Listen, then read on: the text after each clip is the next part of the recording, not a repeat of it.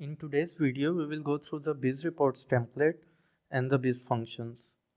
So this is the dashboard for the BIZ reports templates.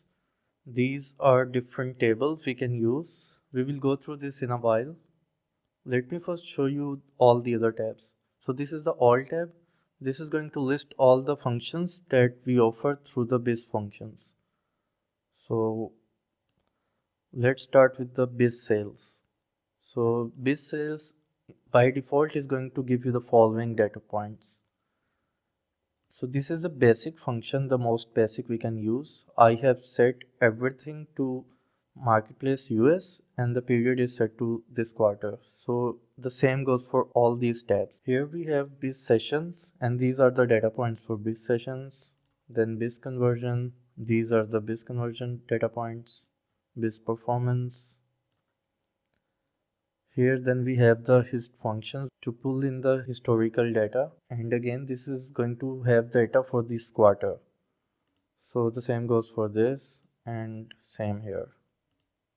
Other than that, you can use the inputs tab to type in all the seller IDs or nicknames here, and then you can use the drop down menu here in dashboard and right here.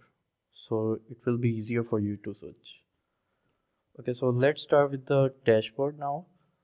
So here we have the sales performance, but using the business reports, not the order and transaction reports. We also have a sparkline chart here. Then we have this multiple data points filtration table. And let me show you how this table works. So the first thing we need to make sure is that this checkbox is always unchecked unless you are actively using the table. This is done so that the sheet doesn't get heavy when you are using it with lots of data. So let's check this and this will start loading. Now the images are loading and all the other data has already loaded. Okay, so now we have multiple options here. So we have a sort function. Let's start with the sort function first. So here we have these options, these data points we can use to sort this table.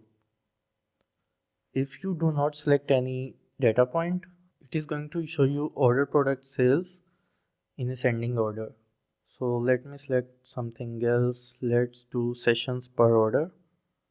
And we also have this option where you can specify if you want it in ascending order or descending order. So let's say I want to see in descending order. So sessions per order and descending order. So here we have all this data. Let's say I want to check sales per session. We can use sales per session here and again descending order. Or if I do ascending order, this is going to be sorted in ascending order. Other than this, let's say you want to specify a range for any of these data points. So you can specify, you can say order product sales. Let's say I want to check the sales that are above, let's say 500 and below 1500. So these are the only two SKUs that have sales between these two. And let's say I want to make sure that the sales between 500 to 1500 should have units order between 50 and 100. So I'm only going to be left with this. Since this is a demo account, dummy data, that's why I only see a few SKUs here. But when you have multiple SKUs like 100 or 200 SKUs, this table is definitely going to stand out for what it can do.